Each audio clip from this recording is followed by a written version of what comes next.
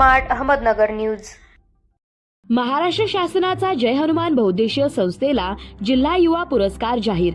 पुणे येथे 10 मार्च 2025 रोजी निवड समितीचे अध्यक्ष जिल्हाधिकारी डॉक्टर जितेंद्र ढुडी साहेब, सचिव डॉक्टर महादेव कसगावडे साहेब यांच्यासह निवड समितीने जय हनुमान बहुउद्देशीय संस्थेला उत्कृष्ट जिल्हा युवा संस्था पुरस्कार जाहीर केला। काल जिल्हा क्रीडा अधिकारी कार्यालय पुणे येथे जिल्हा क्रीडा अधिकारी डॉक्टर महादेव कसगावडे साहेब व कार्यालयीन अधीक्षक शिल्पा चाबुकस्वार मॅडम यांनी निवडीचे पत्र जय हनुमान बहुउद्देशीय संस्थेचे अध्यक्ष तानाजी मार्कड यांना दिले।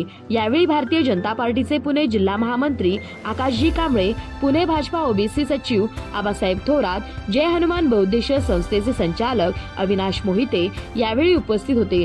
जय हनुमान बहुउद्देशीय संस्थेच्या पदाधिकारी, सहकारी कार्यकर्ते, स्वयंसेवक यांनी जिद्द, सचोटी, प्रामाणिकपणा या तत्वांच्या आधारावर प्रतिकूल परिस्थितीत अनेक संकटांचा सामना करत केलेल्या कार्याला श्रीराम भक्त हनुमानरायाच्या व शंभू महादेवाचा अवतार श्री बाबीर देवाच्या कृपेने फळ मिळालं, अशी प्रतिक्रिया संस्थेचे अध्यक्ष तानाजी मार्कड यांनी निवडीनंतर दिली।